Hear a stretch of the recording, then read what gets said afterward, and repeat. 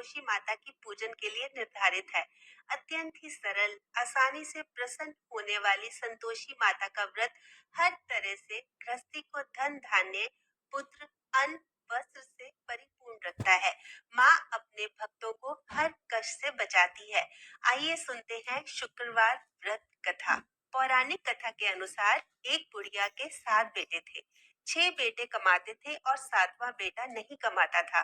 बूढ़ी माँ कमाने वाले बेटे के लिए भोजन बनाकर उन्हें खिलाती और बची हुई जूठन 7वें बेटे को दे दिया करती थी। बेटे को यह बात पता नहीं थी। उसकी पत्नी ने जब उसे ये बात बताई तो उसे विश्वास नहीं हुआ। छुपकर देखा तो उसे पता चला कि ये सच था। उसे बड़ा दुख हुआ। एक दिन जब माँ ने खाने पे बुलाया तो उसने बोला कि मैं खाना नहीं खाऊंगा, परदेश जाकर कमाई करूंगा।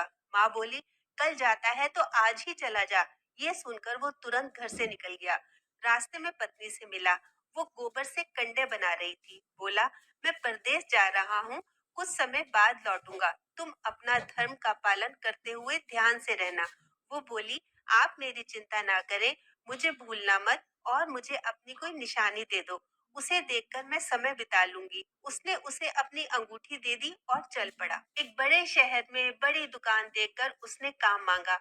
वहाँ जरूरत थी, इसलिए सेठ ने उसे काम पर रख लिया। उसने दिन रात मेहनत की और सेठ उसे तरक्की देता गया।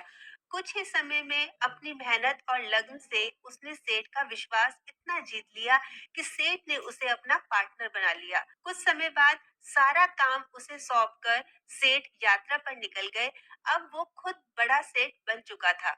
उधर उसकी पत्नी पर बड़े जुल्म हो रहे थे। घर के सभी लोग उससे दिन भर काम कराते, जंगल में लकड़ी काटने भेजते, भूसे की रोटी खाने को देते, नारियल के कटोरे में पानी पिलाते। एक दिन जंगल जाते वक्त उसने रास्ते में कुछ औरतों को संतोषी माता का व्रत करते देखा। कथा कहते सुना। उसने पूछा कि ये व्रत कैसे रखते हैं और इसे करने से क्या होता है। उनमें से एक औरत ने बताया, यह संतोषी माता का व्रत है। इससे करने से दरिद्रता मिटती है, मन की चिंता दूर होती है, कुंवारों को मनपसंद जीवन साथी मिलता है, रोग दूर होते हैं, हर प्रकार का सुख प्राप्त होता है। इसे करने के लिए अपनी सुविधा और शक्ति के अनुसार गुड़ चना खरीद लेना, हर शुक्रवार व्रत करना और कथा कहना या सुनना। जब तक कार्य सिद्ध नहीं हो जाता, बिना क्रम तोड़े व्रत करना। कथा सुनने वाला कोई ना मिले तो दीपक को सामने रखकर कथा कहना। कार्य सिद्ध होने पर उद्यापन करना। 8 लड़कों को भोजन कराना। लड़के परिवार के ही हो तो अच्छा, नहीं तो पड़ोस से भी बुला सकते हैं। भोजन करवाकर केला आदि फल देकर विदा करना, पर खट्टे फल नहीं देना। उस दिन घर में कोई खटाई न खाए। सारी विधि जानकर उसने गुड़ चना खरीद लिया। रास्ते में संतोषी माता के मंदिर में भोग लगाकर याचना करने लगी, माँ, मुझे व्रत के नियम कायदे तो पता नहीं। मैं शुक्रवार का व्रत निष्ठा से करूंगी, मेरा दुख दूर करना। एक शुक्रवार बीता। दूसरे शुक्रवार को पति का पत्र आया और तीसरे शुक्रवार पति के भेजे रुपए भी आ गए। परंतु सब घर वाले ताना मारने से नहीं चूकते। दुखी होकर माता के मंदिर में प्रार्थना करने लगी, माँ, मुझे पैसा नहीं चाहिए, मुझे अपने स्वामी के दर्शन करने हैं। माँ ने उसे आशीर्वाद देकर कहा, तेरा पति जल्दी आएगा। यह सुनकर वो बहुत खुश हुई। उधर प्रदेश में उसके पति के पास बिल्कुल समय नहीं था, दिन भर व्यस्त रहता था। माँ संतोषी ने उसको सपने में आकर बताया, उसकी पत्नी बहुत दुखी है, उसे उसके पास जाना चाहिए। उसे पत्नी की चिंता होने लगी। दुकान बेचकर पत्नी के लिए कपड़े, गहने और ढेर सारा पैसा लेकर रवाना हो गया। बहू जंगल से लकड़ी काटकर लौट रही थी, तब उसने धूल का गुबार उड़ते देखा।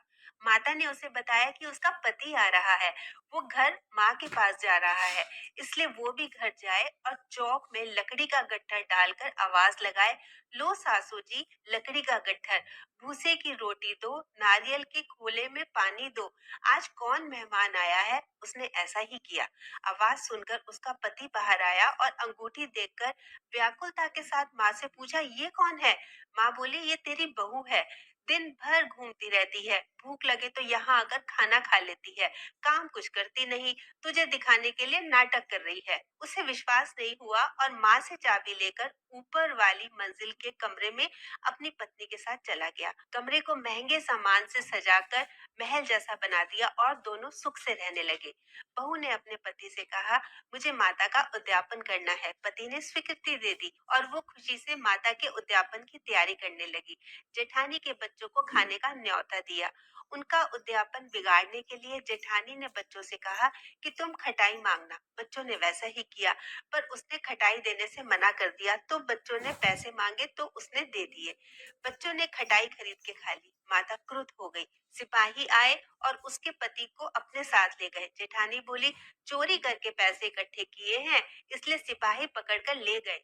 बहू रोती बिलखती माता के मंदिर में गई। माँ ने कहा, तुझसे भूल हुई है, यह उसी का परिणाम है। बहू क्षमा मांगकर बोली, मैं फिर से उद्यापन करूंगी और अब ऐसी भूल नहीं होगी। मेरे पति को वापस बुला लाओ। माता ने कहा, वो रास्ते में आता हुआ मिल जाएगा। उसका पति रास्ते में मिल गया। वो कहने लगा, इतना धन कमाया है ना, उसका टैक्स भरने गया था। सिपाही इसी कारण आए थे। बहू ने चैन की सांस ली। शुक्रवार आने पर फिर से उद्यापन की तैयारी कर ली। इस बार जेठानी के बच्चों को नहीं बुलाया। पंडित के बच्चों को बुलाकर प्रेम पूर्वक भोजन कराया और केले देकर विदा किया। माता बहुत प्रसन्न हुई। कुछ समय बाद उसे बहुत सुंदर पुत्र प्राप्त हुआ। पुत्र को लेकर वो रोजाना माता के मंदिर जाती थी। एक दिन माता ने सोचा, आज मैं इसके घर जाकर देखती हूँ। माता ने भयानक रूप अपनाया। गुड़ और चने से सना मुंह, सूंड जैसे होठ, जिन पर मक्खियां भिन भिना रही थी। दहलीज पर पांव रखते ही उसकी सास चिल्लाने लगी, अरे देखो, कोई चुड़ैल आ गई, इसे भगाओ नहीं तो किसी को खा जाएगी। घर के सब लोग डर गए और चिल्लाने लगे। घर के खिड़की दरवाजे बंद कर दिए गए। छोटी बहू देखते ही पहचान गई और प्रसन्न होकर बोली, आज मेरी माताजी मेरे घर आई हैं। सास से बोली, माँ जी डरो मत, ये वही संतोषी माता जी हैं, मैं जिनकी पूजा करती हूँ, जिनका व्रत रखती हूँ। यह कहकर उसने घर के सब खिड़की दरवाजे खोल दिए और सभी लोग माँ के चरणों में गिर गए।